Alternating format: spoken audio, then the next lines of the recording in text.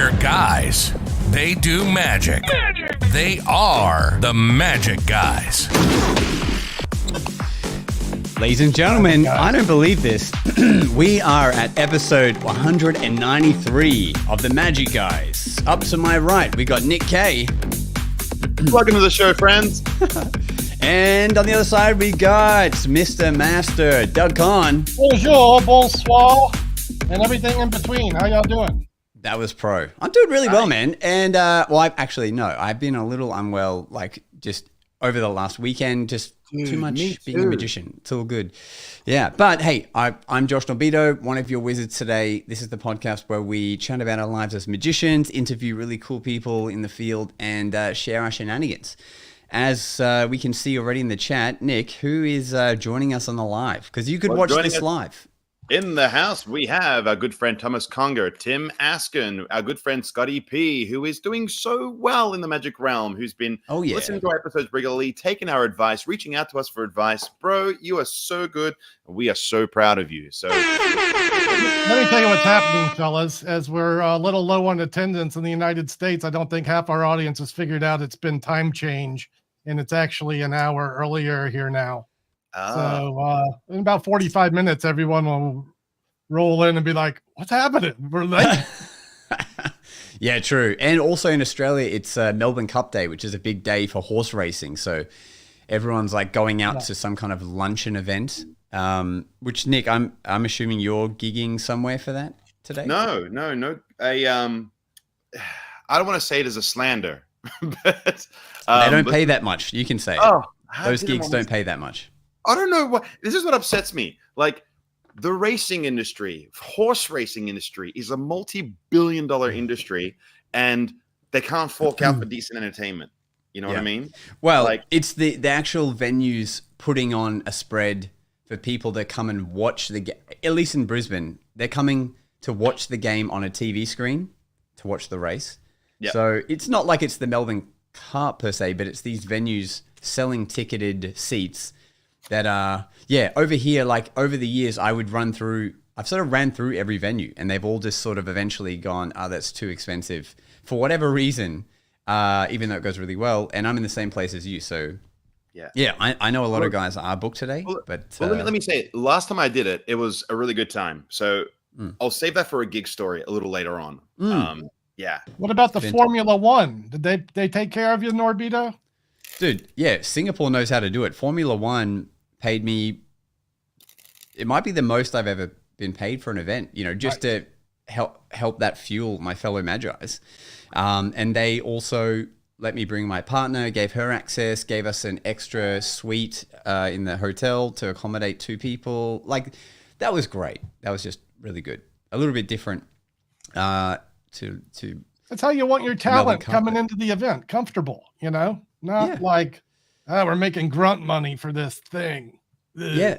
And I have good news. I can't, I won't say publicly yet until I've signed the dotted line, but it looks like I have another overseas contract for February next year in another place around the world, which is cool. But not surprised. Zero surprised. That's not the goods that we're here for today. Doug messaged us a while back and was like, hey, I've got an in to this freaking cool dude that has a world of knowledge to be able to share with the pod. Doug, how did you get connected with this gentleman? As I start talking about this, man, I'm a little embarrassed. I haven't invited him on our skit before. Magic Mike Dardant, not that Magic Mike. If you're on Instagram, I think that's his hashtag.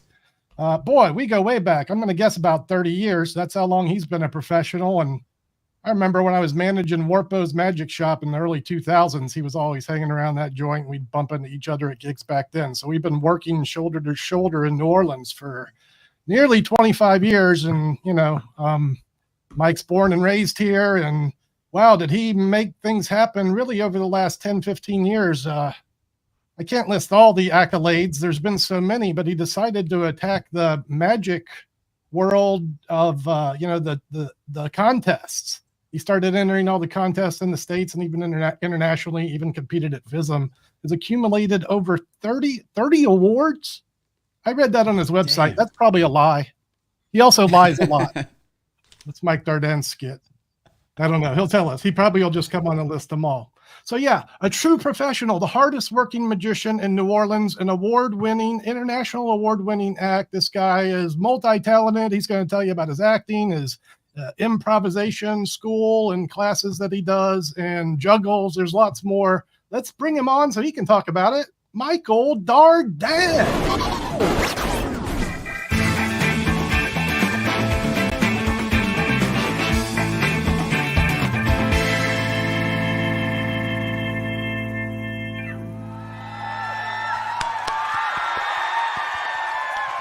Josh asked me, he goes, is this one okay? I forgot you stopped dyeing your hair a couple of years ago.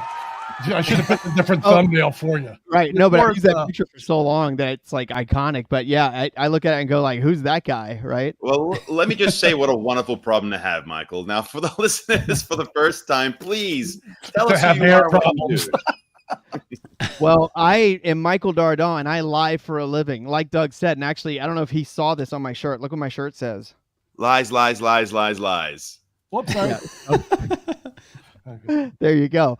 So now you know. I think my biggest like asset is versatility, because I'm mainly a magician. That's like in the top there, but I've done so many different like aspects of entertainment. Sorry, hold on, my cord got stuck under my chair. Like that. I've got so many. I guess because of my ADD, I'd get bored easily. So while some people just kind of like have one field of endeavor, I've sort of learned from all of them. So like film production and script writing and improv comedy and acting and juggling and basket weaving, you name it. Actually, and one of my favorites is that I'm a virtual ninja, streaming like virtual reality on Twitch, which is not every magician does that. Damn.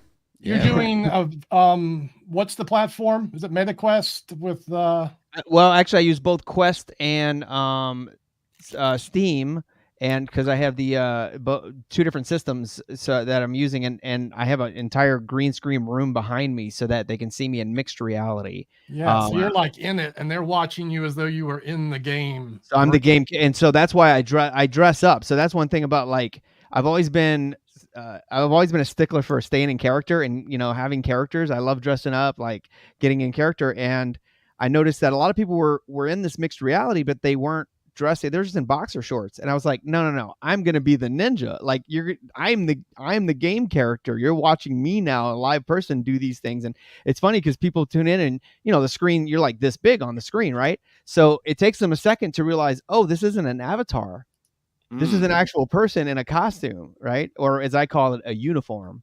I don't like. Michael, can we sort of explore character development, because you have quite an exorbitant acting background and so forth, and a lot of magicians I talk to, well, this might be like a two-part question, because character development is one thing, but I also find that as you evolve through your career, and thankfully you had a very successful and long one, that you find yourself changing. Like the person you were performing in your 20s is very different to the person you're going to be when you hit your 40s and so forth. So let's start with the question of saying, like, as far as character development goes, what advice do you have for those who are starting and finding their character?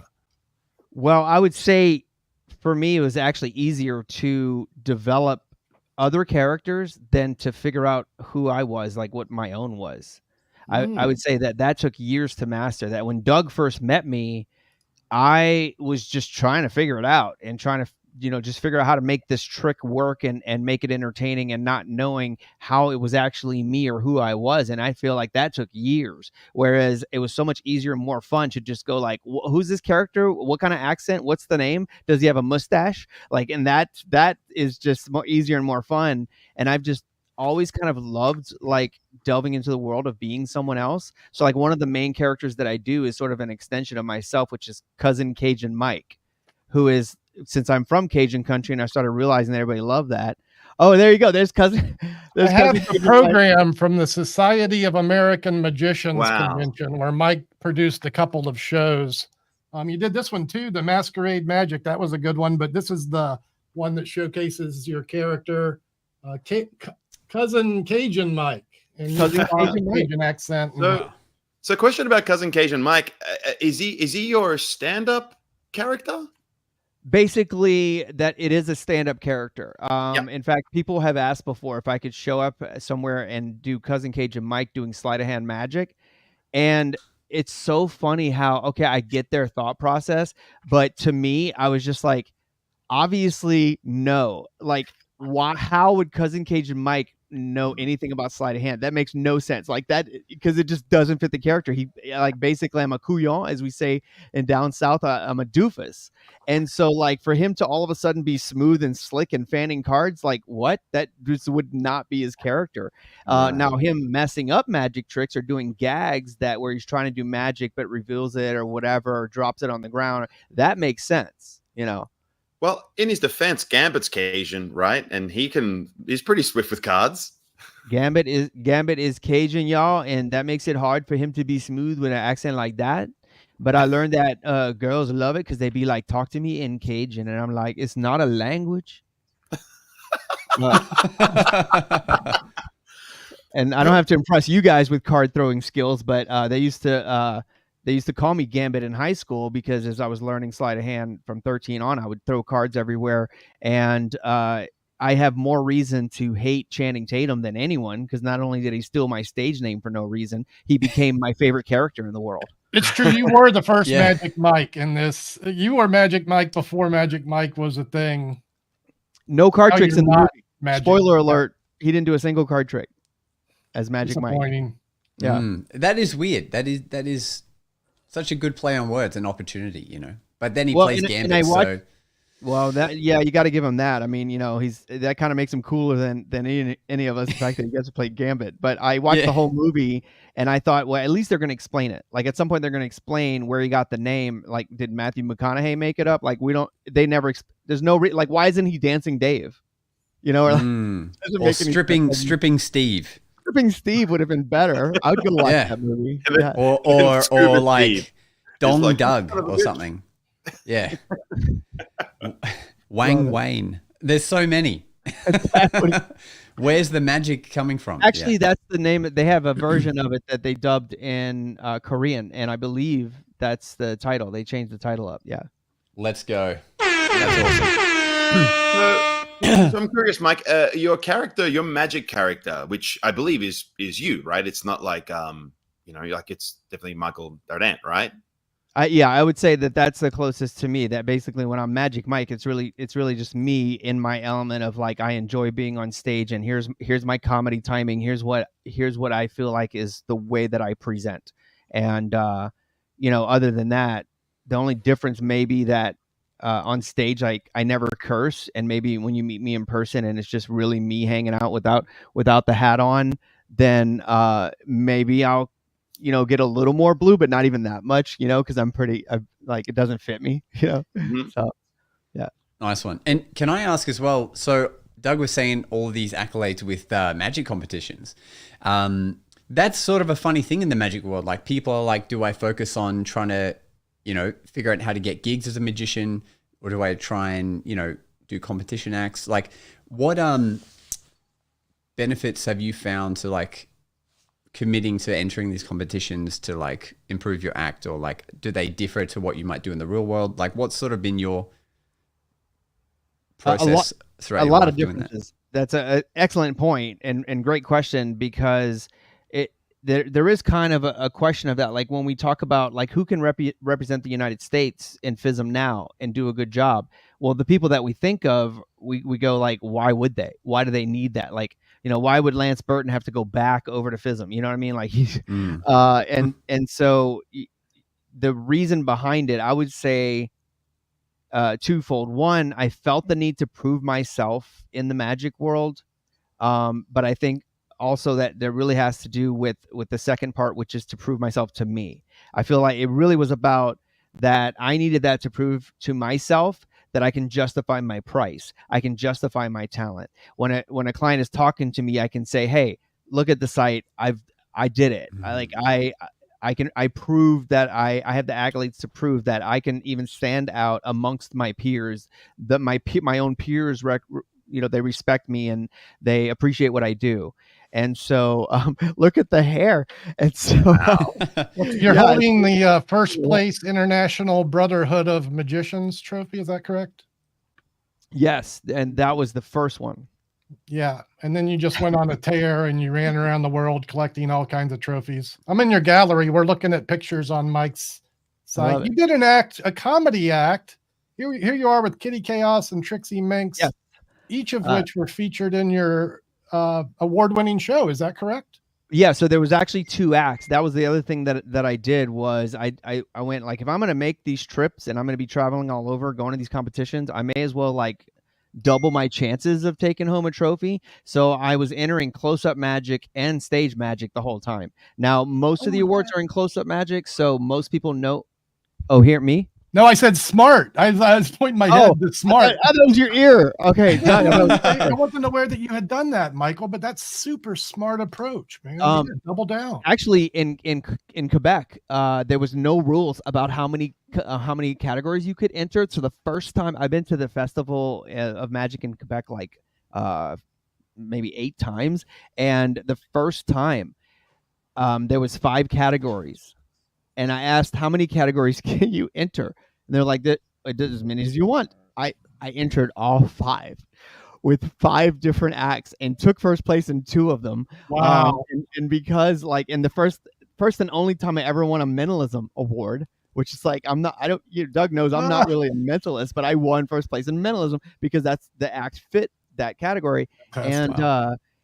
It was more of a just, increase the odds kind of thing. Now, that was a little crazy. I would say I would never do that again because basically for 5 days straight, myself and Shanna Forrestal, who was my assistant, were by the hotel pool rehearsing and rehearsing and rehearsing because there was 5 different acts for her to learn because she's an actress who had never done magic or anything. I just said, I need somebody. You're going to do this because I know you can.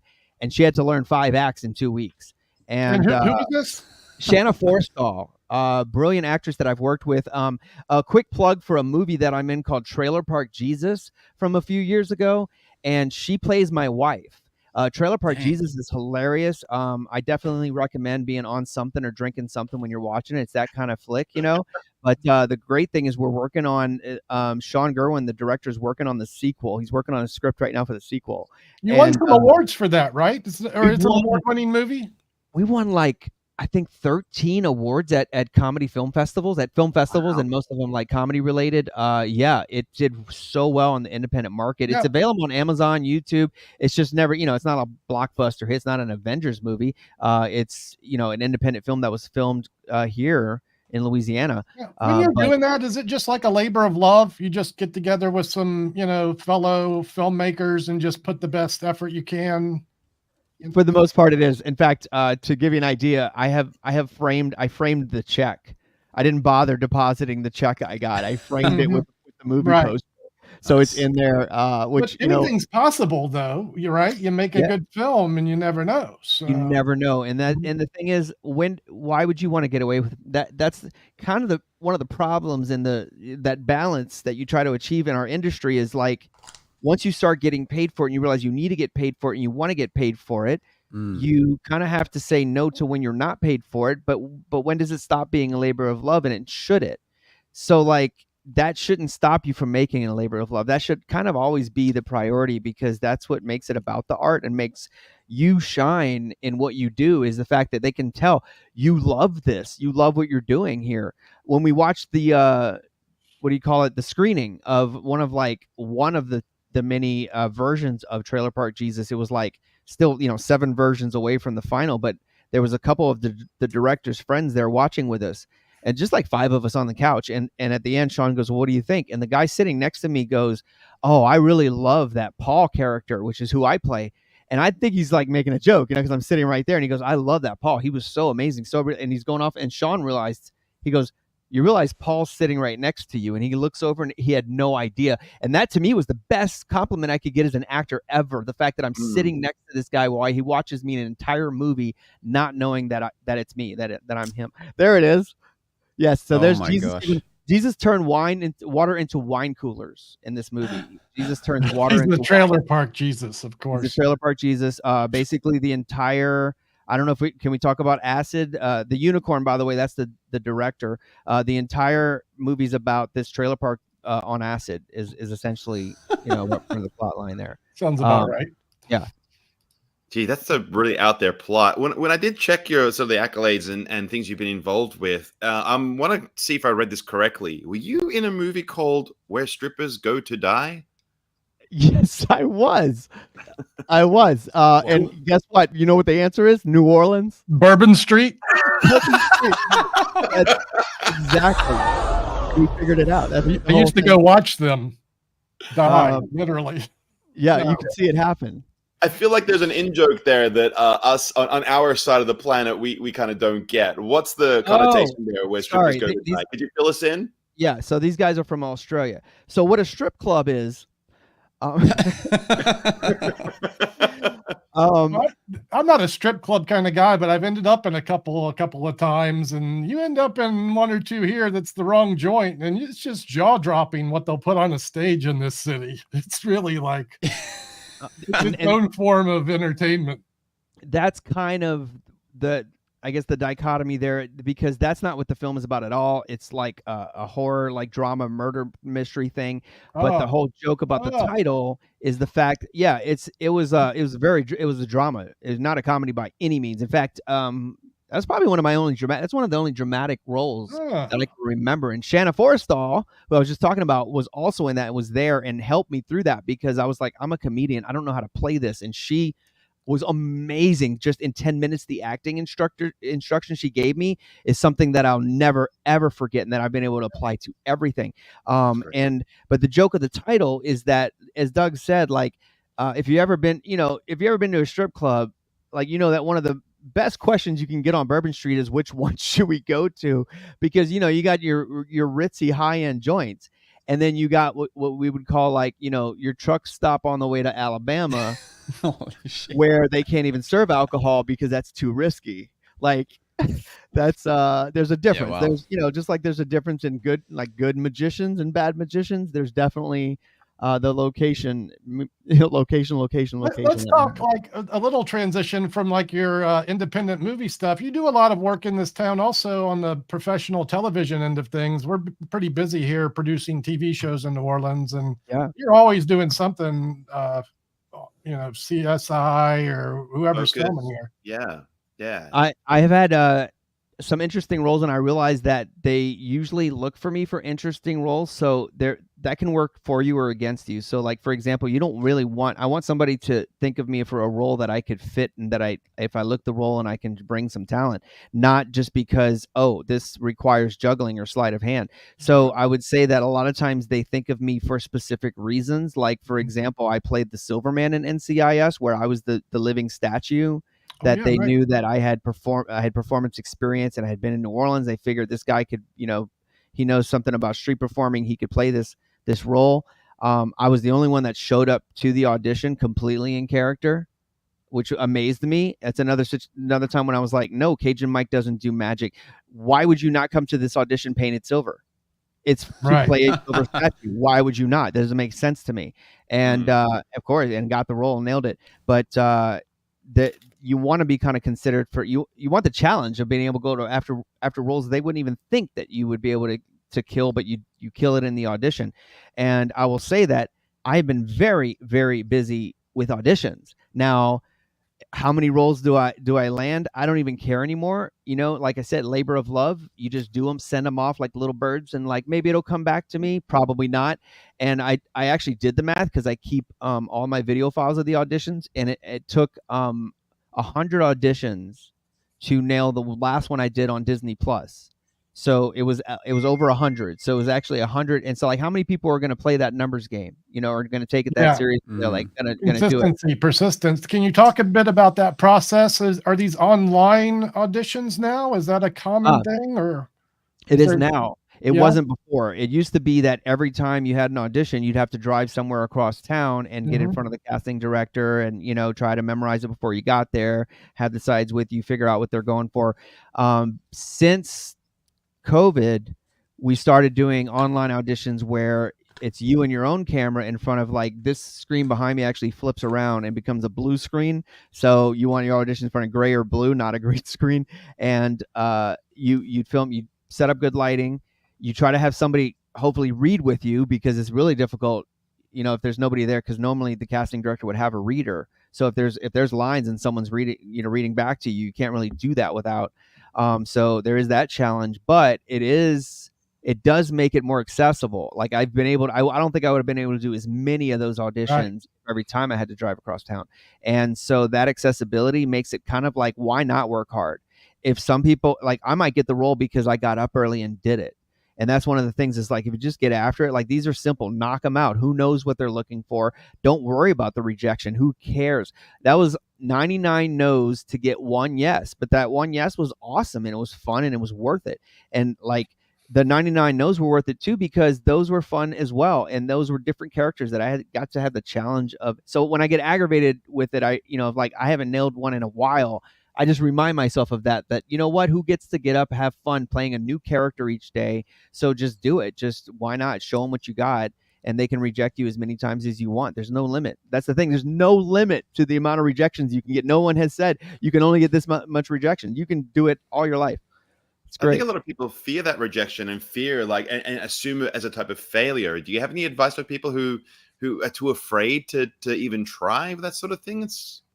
That's one thing. I'll plug the improv right now, because that's one principle that improv comedy teaches you, is to embrace failure. Because where else can you just slam dunk the failure, which I guess is my phrase. I don't know where I come up with this. You slam dunk the failure and you can still be a success because you're still entertaining. When everyone knows that, you were just thrown under the bus and you don't have a script, then no matter what you do, as long as you do it and you nail it, it's going to work. It's going to be entertaining because they're going to love it. So like, if Doug and I are in a scene and Doug makes me a Russian character, just calls me Boris for some reason.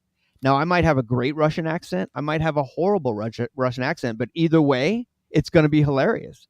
It's going to kill. It's going to be entertaining, because they know that until 1 second ago, I didn't know my name was Boris. But when you work on that kind of stuff and you accept that, it becomes so much easier to accept failure in any situation, because you're used to it, and you've kind of like acclimated to that, where you're like, I got this, it's fine. I can fail. I want to touch base on what you're doing with improv before we get too far along, and segue into this with one of the many things that you do is actually teach improv. You've been doing it for over a decade. You want to talk a little bit about that, and then we'll talk about what you're doing online with it now. So about maybe 12 years ago, Kate Arthurs, who is the theater director at Jesuit High School and has known me as a magician for years, because her father was a magician. In fact, I've worked with her sister, Carolyn, for years and years. So the family was very familiar with magic, but she also knew that I incorporated a lot of comedy into what I do. And so one of her students wanted to organize an improv team, but they needed a coach. They needed a moderator. They needed somebody, they needed an adult, quote unquote adult. So basically she asked herself, who do I know who would not be at a regular job on Tuesday afternoon? Magic Mike. And so she called me up. I said, I would love to do that. And having no idea, I'm thinking, okay, this is a job to earn some extra money. This could be fun. I had no idea how much I would learn, how much it would teach me to be able to evaluate this and process it and figure out the intricate details as to what works and what doesn't. And these kids talking with me after a scene, it's like we can see the matrix, where we're like, yes, that was beautiful. That's why it worked. And it's incredible. And then so I decided, well, I've been doing that for a while now. I got my chops. People started asking me, do you offer it anywhere else? And I said, yeah. Well, actually, I didn't know how to do the online thing. That's new. The first one starts tomorrow. Now, hold on, because you have, and I'm kind of showing your cred here. I think you have what you call a vodcast, which has a loose backbone of an improv as part of. This is your something up my sleeve. Is this associated with the IBM? Yes. So the International Brotherhood of Magicians approached me. That was after the pandemic, because Harrison Greenbaum was doing an interview show, but got really busy again with theaters and everything. And they wanted to keep the online presence going. And I thought for years I would love to just be a host, because what more chance do you have to practice improv, right? To somebody who interviews, well, I'm talking to 3 hosts right here. So you know how much fun it can be and how much experience you can gain from that. And then I wasn't even thinking about the fact that, wow, what an honor it will be to interview some of my heroes that I've had along the way, like Sean Farquhar, Doug Kahn, Jeff McBride. So you had some real heavy hitters on there. Yeah, Lance Burton was one of our recent guests. Wow. It was incredible to have, like somebody that I watched when I was 13 years old. Watched. Would I need to be an IBM member to watch these videos, or are they accessible elsewhere? No, actually, they're making the whole video and some like extra stuff is going to be accessible on their website that members will be able to access at any time. Right. The rest of it, though, it's still my footage, and it exists on my YouTube page, so you can watch all of them. But I realized that you have to go to, you probably know this, you have to go to live. Like if you just go to videos, they don't show up. You have to go to live. Yeah. So I'm reposting them as videos, but also I haven't made it a podcast because I wanted to have enough set up so that I could stay consistent. And now the goal is 2025. It will be on Spotify as an audio podcast and repeat as a vodcast as well. Great. But essentially we have 36 episodes over the last 3 years, but most of them can actually be split into 2 because I had 2 guests per episode. So, for the podcast, I'm going to split those up. And Doug were you my first? Were you the number one? I think you were. Might have been. I don't know. I think Doug Kahn was my very first guest ever on Something Up My Sleeve. Damn.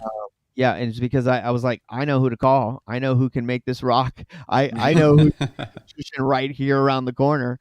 So was that before you were on the Magic Guys, Doug? That must have been. It would have been right about that same time. I guess I would have done some guest episodes and such. I inspired him. He was like, I got to do this. Yeah, and somehow, luckily, we snagged him. Right. Yeah. Like you were saying, Mike, it's fun, you come on and you're just hanging out with your bros, meeting cool people. And it's, this is very much as much of a social thing for me as anything. So yeah, it's like that. So, absolutely.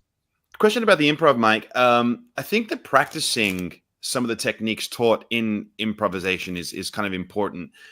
You can't exactly yes and by yourself. What sort of advice do you have for people who want to practice their improv but don't always have people to bounce off? Oh, oh my God, what an amazing question.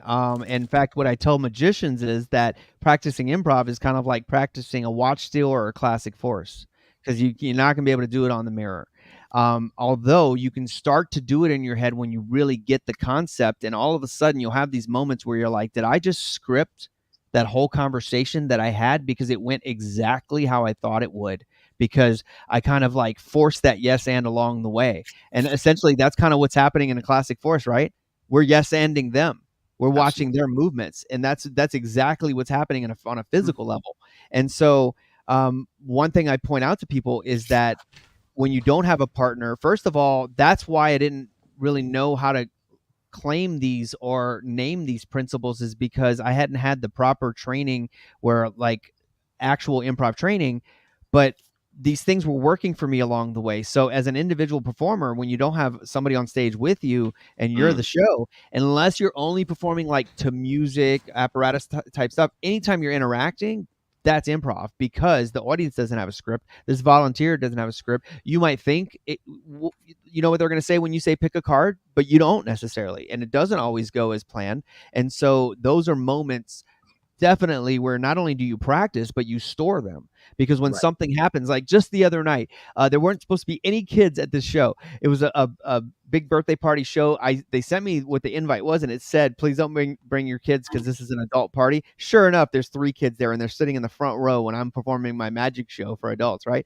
But it was great. I pulled this kid up and I told her, from my kid show way back, the magic words are yama, yama, yama. Gotta love your mama. And that's just like some silly thing I learned a long time ago, and it just works in kid shows. She accidentally goes, drama, drama, drama. Gotta love your mama. And it was, in 30 years, I've never heard that. It was brilliant. And I was like, now it's stored. Now I'm going to remember that. How do I make that happen again? Or how do I use that if the situation comes up? Or I'll say to the kid, like, if they do something weird, I'll go like, I said, yama, yama, yama, not drama, drama, drama. And it's going to seem completely improv. And it's all because I stored that improv moment in my head to, so I can make it real again. Sorry, I hope that answered. I just kind of went on that track. No, that's great. That's great. I think outside of that, I love improv myself, and I studied quite a bit. My personal favorite book is probably Keith Johnson's book on improv, and the first thing he says to establish in that book when you're doing any sort of improv scene is establish status. Do you think that's important? I don't know if it's. I would say it's the most important. Like from the get-go, I feel that I say that I kind of switch the order of the rules around. So what I do is I talk about yes and first, since it's the most important thing. But that's because you got to get your mental state ready. So that is the first thing, because before anything's happened, you got to mentally know that this is how we do it. We are going to yes and this situation, and then you got to concentrate on saying the first thing that comes to your mind. And then I think once you start to establish that, then what's going to make a scene a better story is within the first 3-4 lines. Once you've established the relationship, the environment, then you would move on to like, now what's our status? Because that establishes character. And now we're not just watching two people talk. Now we're watching two characters interacting, and we can see what that status is, which can lead to the problem and the resolution, or a status switch to throw everything off unexpectedly. So status is very important. Absolutely. And this all seems a little bit complex, and something that someone might want to have a 4-week training course to consume. Good idea. The knowledge in fact, of. I don't think status should come up till probably week 4. So week 4, we definitely should talk about status, but that is a little complex for someone to remember when they're just trying to remember to not say no. Yeah, well, that's why I agree, because he said it's the first thing you need to establish, and I'm like, that's so difficult to do. Like, am I the jester or the king in this scene? Like, it's very difficult to try and establish that if you're not told that you're this character, And so that's why I thought I'd ask the question. But yeah, I think that. And difficult to portray, because you might think you have status, but if it's within your first line, your partner might completely mistake that, and they might take the status role. Like if I say you're on a planet out in space, you might think to yourself, I'm an alien, but then your partner becomes an alien before you can speak, and now you've got to adjust and realize in a sense that might be considered a status situation, but more of like a character, an opposite situation of like, if he's an alien, I should be the astronaut, and that I was going to make him the astronaut, but that's okay. I'm going to go with it because yes, and that is the truth. He established that truth. The audience knows it's true. So what do I do with it? And and this reminds me of one of my favorite moments with my students, where I was just like, oh my God, this kid gets it. It was an alien. It was the same kind of thing where I guess they were on a planet, and or somehow I didn't know that the kid was going to be an alien. Somehow maybe it was a spaceship, and so the kid didn't know he was going to be an alien. I didn't know, and the other kid, his partner, makes a comment and makes him an alien. Goes like, "Are you an whatever? You must be an alien from another planet."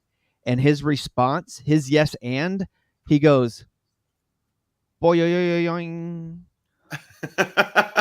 I lost it. For the next I don't know what happened after that, because I lost it. That was one of the funniest moments ever. And just like in that simple movement of yes, and obviously I'm an alien. I don't know where he got that. That was just this brilliance that came through. That I'm like, how do you recreate that? That was just incredible. That is solid improv right there.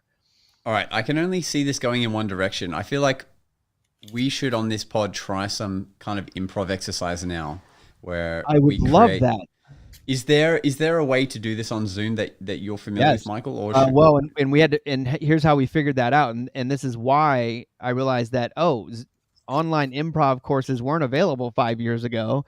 It's something that took a little like finessing, because until I was forced to do my classes for the J Troop on Zoom, I would have never thought about what's going to work when you're not on stage, what's going to work as a video, because it's a completely different thing of when you have to, figure out what's going on with the videos and people interrupting each other. So what we're going to do, so I've established like what games will work, what games won't. So one of my favorite opening games, can we start off simple? I know you have some experience, but we'll do one of my favorite openings. Keep it simple. My presentation skills are limited to the patter Harry Lorraine put in the Apocalypse. It's gonna be great for Doug. So the game is, what are you doing? Okay, and so basically what's going to happen is Nick is going to start, and when I say pantomiming, it doesn't mean you can't speak. You can use your words, but we want to see action. We want to see activity. So you're going to start, go ahead and start pantomiming and just doing an activity. Let's see you doing an activity, physical movement. Okay, so Doug notices that it looks like he's shooting a bow and arrow. Go ahead and add a little dialogue of like, what would you be saying at that moment, Nick? Go ahead and do it again and just add a little something. Oh, okay. As the character, while you're shooting the arrow, you say something. Practice makes perfect. Eventually, I'll hit the apple, but right now we keep hitting the guy's forehead. Oh my God, that was beautiful, Nick. That was amazing. So Doug walks up and says to you, "What are you doing?" Okay, now we all know as an audience you're shooting bows and arrows, but you're going to say something you're not doing. You're going to say something completely different. So go ahead and start shooting the arrow. Doug, you do that. Say. That's the worst top change I've ever seen. Oh, what?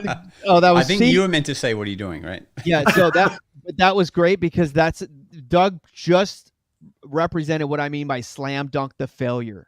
That was brilliant. No matter what, that was entertaining. No matter what, Doug totally did not get this.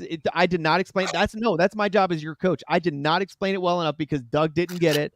The game is shot, but that was fantastic. It was still fantastic. Okay, so Doug, all your line is, "What are you doing?" You're saying to Nick, "What are you doing?" What are you doing? I'm playing guitar. So now, Doug, you take over playing guitar. That was great. Or drums. So now, Doug, you're going to start playing guitar because Nick said playing guitar. Yep. Nice. And see, he's already added his own improv because he picked up a prop and he has a wand. So we have even more to work with because now it's not only a guitar, it's a magic guitar. So Doug, just add a line, just say something to go with what you're doing. I used to be in a band. So this is such a great scene. Okay, and so then Josh is going to walk up to Doug and say, "What are you doing?" Right. Doug, you've skipped your pills again. What are you doing? Trying to get everyone to drink on the internet. I used to be in a band. Wow. Right. So now Josh has to, let's see Josh portray that. Okay.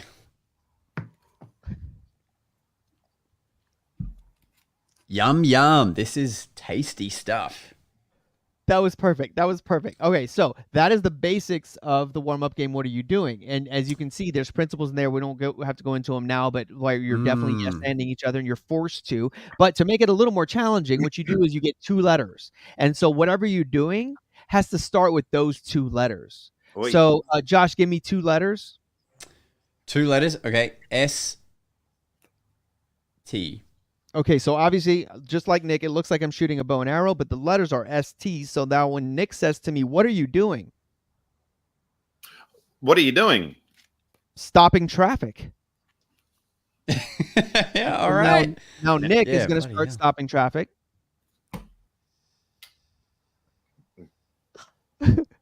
And he's trapped in a box. I love it. And so now Doug is going to ask stopping Nick, traffic and allowing other traffic. This is the thing. What are you doing? And so now he has to say something that starts with the letters S and T. I'm slinging turds. So now Doug's got to sling turds. He has to.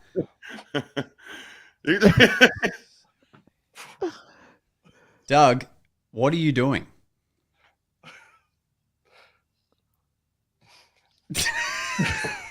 This is where you would add in this tragedy of a podcast. Man, I obviously need I need someone Zoom improv course. So now I'm trying to stop this tragedy of a podcast, right? Stopping tragedy. That is fantastic. Good. So, and that is, gentlemen, that is what are you doing? And if you would ask me what I'm doing, I would say I'm serenading on Tinder. That's what I'd be doing right now. Oh, and anyway. Oh, and then I would have to do that. So yeah, I will swipe you. I will swipe you in one direction. Will I go right? Will I go left? Let's just see what I will do. What are you doing? That was serenading. Okay, well, I mean, we could keep going around, which would be fun. But, all good. How about we, Nick? Maybe we should switch to a gig story segment. That's a great idea. Let's roll into gig stories. But thank you. That was.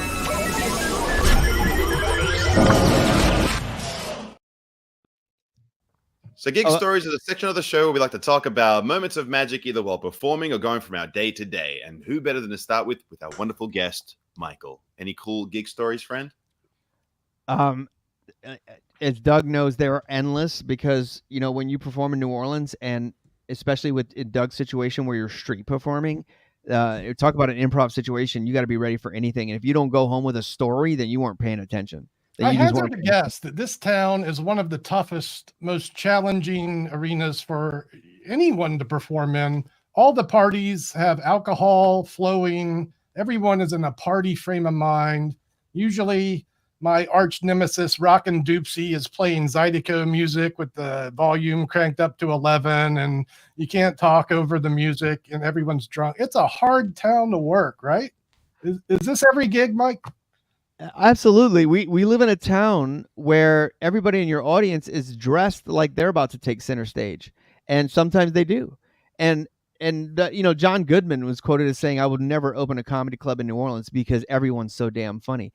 I mean, why go to a comedy club if you can just walk down Bourbon Street and you're going to be laughing so hard at everything you see? Because everything's crazy. This is a situation where people are who they want to be. But I mean, so much, it's almost too much material to work with, really. And so that's probably why when I think about like what gig moments have happened, there's just this barrage of craziness that comes from the French Quarter. So one of the easiest ones for me to actually bring up is something at a kids show, which was in Kenner. So it was outside of the New Orleans French Quarter area. I got asked to do this birthday party. I get to the house and the dad says, "I just bought her a rabbit. So could you make it appear?" Oof. And I realized, like, at that moment, I realized, wow, humans just have no idea what we do. Like, they just think, they really believe, this guy must believe in magic because he just thinks he just assumes that is a skill set of anyone who has like touched a book on magic in any situation, even though I didn't show up with my own rabbit or maybe a hat, which I didn't have a hat. Oh no, I must have found a hat. This is going to work because I'm trained for this. And then I thought to myself, like, you know what? I am trained for this. So I'm going to make this work because he wants to do this magical thing for his daughter. So I found a hat. I put the hat on her head. I did something with whatever I had with me. And then all of a sudden there's a rabbit in the hat. And I give her I say, guess what? This is for you because it's your birthday. Which now every other kid who was at that party is going to be really pissed when they realize it's not a regular routine, and I don't bring rabbits. So at the end, all the kids are playing. The dad says to me, "So, where did the rabbit come from?" And I said, "You gave it to me. Like, I'm not taking it home. Like, I'm gonna feed it, right? Like, you know, there's more to it. You don't have a magic, you have a cage, not a magic cage, right?" And so he goes, no, I mean, like, the hat was on her head and then she was holding the hat and the rabbit was there. And I was like, oh, that's what we call magic. Like, so you're the grown up, so you're in my special club. No, enjoy the mystery, fool. And you gave me the rabbit and you asked for this. So, like, take it for what it's worth. I'm not telling you. If I fooled you, then you deserve it. You shouldn't have bought a rabbit. Yeah, you could have done it yourself, you bitch ass, if you knew how to do it. But no. Yeah, so that's how muggles think. Yeah, it's kind of remarkable. They go like, "Oh, we want to make a car appear," and it's like, "Okay, what staging do you have?" "Oh, we're just going to do it in my house." I'm like, "You are tripping." It's remarkable when you get those sort of inquiries. But you can get so much information because, like, they're thinking out of the box since they know nothing about how anything's done. We're enclosed based on our concept of what our science presents us of, like, this is possible. You can't do that, but they just come up with stuff like you're like, huh. And then all of a sudden you're thinking on an impossible level and a different level and a creative level because you overheard some guy in the stall say that I think he had the dove in his car the whole time. Like, Yeah. you don't know what they're coming up with. Well, All right. I have a little story in the spirit of improv, if you guys like. Please. Love it. What's your geek story? So, well, because we actually have a full improv show here. What we do, it's called Magic Sports, and it's effectively theater sports, but we perform magic alongside them. So there's many games that we play. One of the most exciting ones that we do is make a trick. And what we do is we have a giant bucket in the center stage, and everyone just throws random stuff in. And then we all reach in and we grab things out, and then we have to create a trick at the end of the show. So while we're backstage, we're trying to figure out like what to do with the stuff we have. And there was this one time that a guy took off his prosthetic leg and put it in the bucket. And so we had to make up a whole routine with the guy's like prosthetic leg. So we just came out like in this pirate theme to do that. So that was like one of the cool times we've done that. But another game that is one of my proud works is we have a thing called 3 tasks. And what you need to do in this is you get 3 tasks written down on a piece of paper, and you have to do a routine and achieve these 3 tasks without people knowing. And the last time I did it was extremely difficult because I had to take off my left shoe without anyone noticing. Whoa. So I did that. I had to put a King of Hearts in a spectator's pockets without them noticing. And I had to steal their watch. Wow. Yeah. And so the way I achieved that was I walked through the audience, and as I was looking for people, I just kicked off my left shoe with my right foot, and I just left my shoe next to somebody's like handbag and left it there.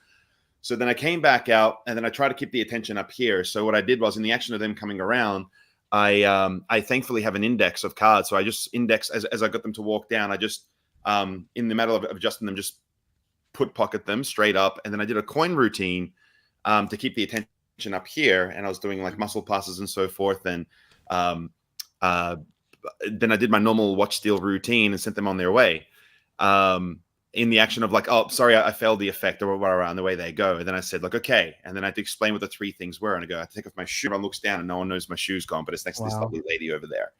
And then I had to explain that I had to put a King of Hearts in someone's pocket. Please check your right pocket. They take it out. And then I go, the last one was I had to take your watch. And I just take it out of my top it and I show them. So that was like one of the biggest challenges to do with these 3 tasks. Now that's my idea of an improv game. Come on, that's fantastic. That's how you make magicians do improv, which they don't know, which if they haven't studied it, it's completely foreign to them. I study Harry Lorraine in the book. What I love about that takes Bag of Tricks to a whole nother level. Right this weekend actually is PCAM in Victoria, Canada. Farquhar and Billy Shui, Alex Seaman, Mike Norton, they started this Bag of Tricks contest where you have like 10 items that you got to make a show with, and you have like 3 minutes to do an act. But having these challenges along the way that's like a whole nother level. And here's what I love about what you said initially about how you would make a trick with a prop, but while other things are going on, you're doing these comedy sports, and the whole time you're going like, how am I going to use this false leg? Is that forces you to be in the moment, because you can't overthink all the other things you're about to do on stage. You have to let that go and just be in that moment, which is exactly what you need to do in improv, because your brain is focused on the end. It's focused on, what am I doing with this leg? Can I do my flamingo joke? Nah, it should be a pirate. And so like the whole time, and so everything else is going to be that much better because you're not going to overthink it and let yourself get in the way. Absolutely. Focus on. I think that's why ADD people are good performers, because it gives us something to focus on. Yeah. Yeah. Oh, like it's been a lot of fun. We've done ones where like it was called like Magic Shop, and we're trying to sell magic props, just reaching into a box and pulling out random stuff and trying to sell it. And these guys, they put these extremely chili chips in there. They were like somewhere from Asia. And I was like, oh, a bag of chips, how fun. And I ate one and my face nearly caught fire. So trying to improv while your face is on fire is another one. So yeah, you do have to remember about real life. It's kind of like when I'm in virtual reality and you have to like not run into the wall. Also, when you're improv, you have to remember that real fire burns and like stuff like that. Like, don't actually jump off the stage even though you're in character, because you might break your leg. Like you have to remind yourself sometimes. Yeah. That's fantastic. Jeez. Nick, I want you to I'm hoping that enough magicians are interested in my program that we can actually have one of just magicians, and you got to come and like host some of those games, because that's fantastic. I want to play those. I do have a list, like it's actually a PDF with all the Magic Sports game in there. I'll dig it up. I think it might be on my old laptop. This is my new laptop here, but I'll forward it to yourself so you can have a peruse through. And so great. Like everybody, people have heard of comedy sports. That's been around for a long time, but Magic Sports, wow, that's challenging. Yeah. Well, I got a quick story. Did a wedding gig last weekend and love weddings because everyone's in a happy mood. You're not trying to break the ice between corporate, clients and stuff like that. And I start working the reception, and I'm doing a few mind reading bits sprinkled throughout it. And I've divined, the names of two separate people that they're thinking of, and the mother of the bride starts hearing about this. Oh, he knows who these two people are thinking of. I've done some card effects where I've guessed, the card people have thought of. So by the time I get to her, she's just heard all of this stuff of me reading minds, and she decides to challenge me, but as a classic spectator would, in the way that she did exactly what I thought she would do. So she's like, man, I've heard you were able to read this person's mind. I want you to read my mind. I want you to tell me the card that I'm thinking of. I'm like, oh, okay. Now I'm just going to do the classic effect that I would, which is to take a good guess and sit on her hand. But then whatever card she says, like, I'm going to make it a joke that of course I can't get that right, and then magically make it turn into the card she says. But she then goes, after I sit the Queen of Hearts on her hand, because I'm like, you're the mother of a bride, you've been drinking. That's probably the only card you can think of. But then I see her turn. She's like, and I'll even tell my friend just so I'm not like changing my mind. I'm like, okay. And then the fact that she is talking to her friend for more than like a second confirms to me that it probably is the Queen of Hearts, because she's there for like long enough to say a long card. So I'm like, this is way too good if this hits. Anyway, so I'm ready to just find a different card, but I'm like, and so she's really built this up, and I've sat this card on her hand, and I'm like a meter away, and I'm like, okay, so I gave you so many chances to change your mind. This is only in your head. What card are you thinking of? And she bloody says it, the Queen of Hearts. And she's like, she sells herself. She's like, I changed my mind 3 times before I thought of it. I thought of Queen of Hearts. I'm like, okay, then you turn it over. And there is a mother of a bride out there that genuinely believes, like not even as a joke or magic, she like genuinely believes that I'm a psychic. And I don't know how I feel about that, but it is funny. And I heard from the groom afterwards when he was thanking me, he's like, man, this, my mother-in-law is like talking about you a lot. since the wedding. Even though we got married, I've been hearing a lot about you. And so that's my story. There, I am apparently a true medium out there. So with great power comes great responsibility. But it was a good gig overall. Can I tell you the 2 things I love about that story? One, the fact that he has years of stories to pull from, right? Of the, what happened on a gig, and he goes, so last weekend, it just happened. That's how that's how you have a cool job. It's like you can pull from this. What happened last weekend? That's why I'm like, pay attention. You have a story every time you go home, but you can't prove. Can you prove to me that you're not psychic? Like, who thought of it first? You can't. That's what those moments. They cannot prove, and neither can you, that maybe you actually did read her mind, and that's why you went that way, because she thought of it before you did. You're right. Yeah, I did definitely Sherlock Holmes her and, profile her to go, all right, you do look like a classic Queen of Hearts. So, yeah, you're right in that sense that is call it what you my want, intentional it's a skill decision. And, you don't know how to necessarily how you honed it. Can I say to your point that profiling is a very real thing? I did a show on Friday night, and I met this lovely Russian lady who works in government, and she specializes in profiling. And she profiled me, and I got to say, she hit about 90%. Wow. Yeah. Like, incredible. Yeah. It was staggering. Like, she knew just by looking at me a lot of my habits.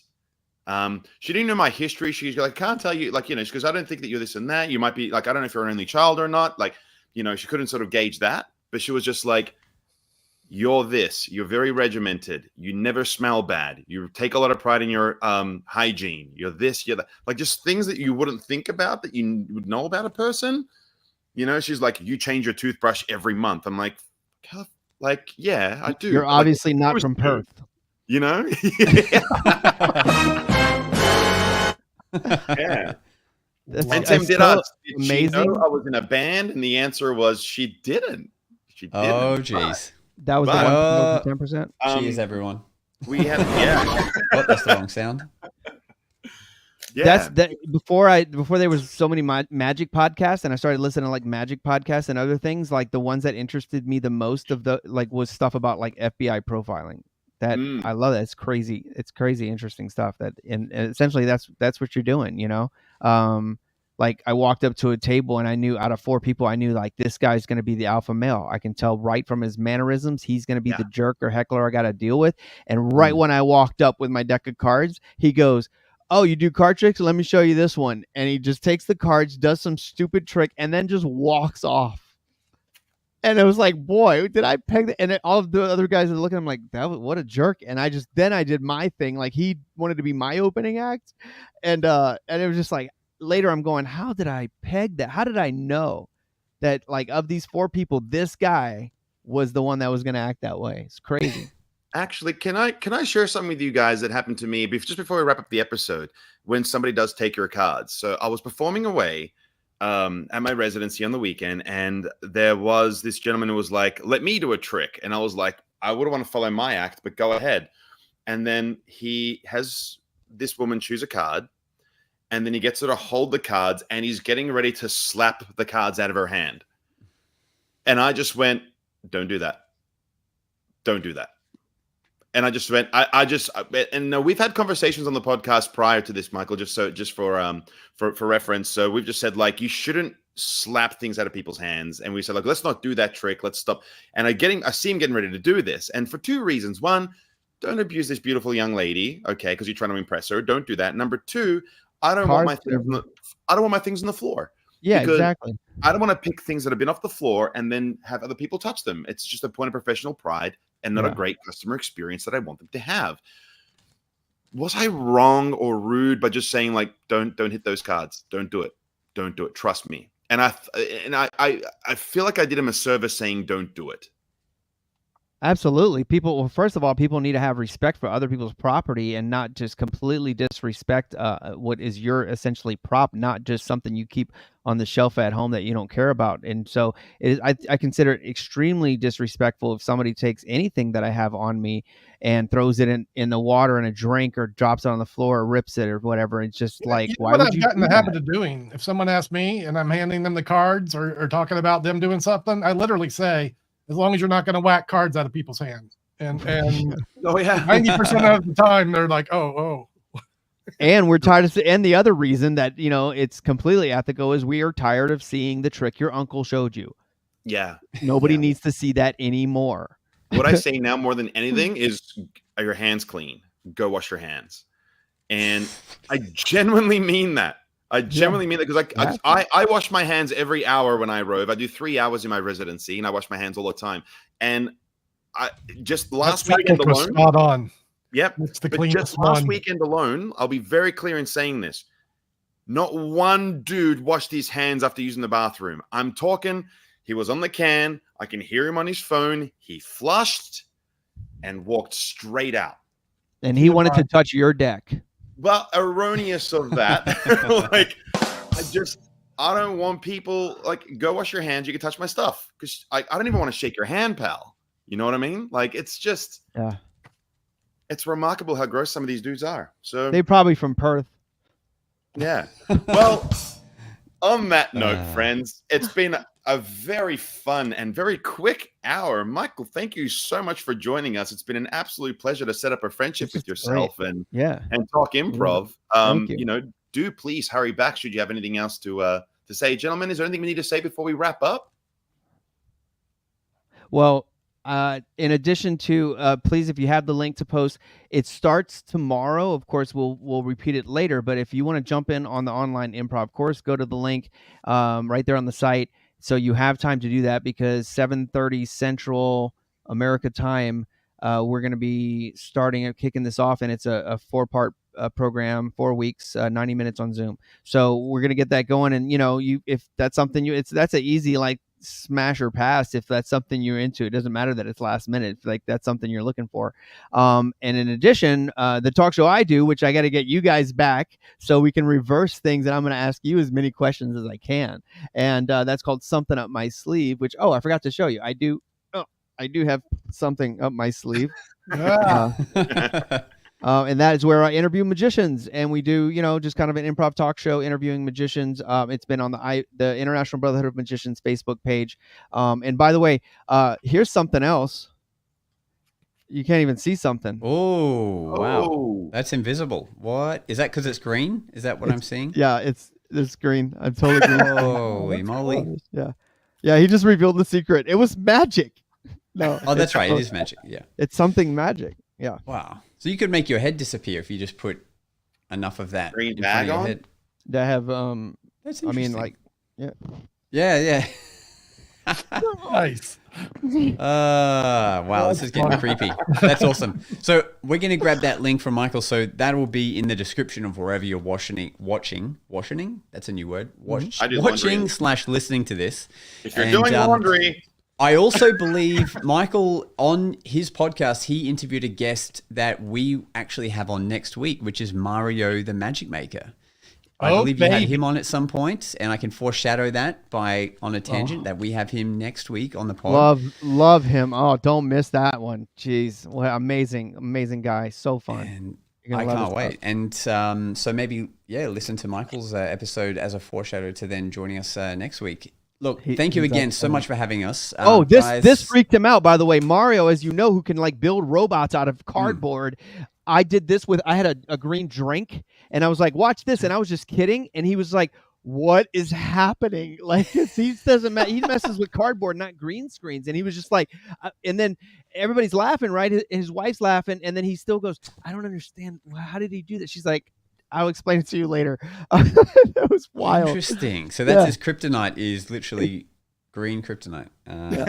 Becomes invisible.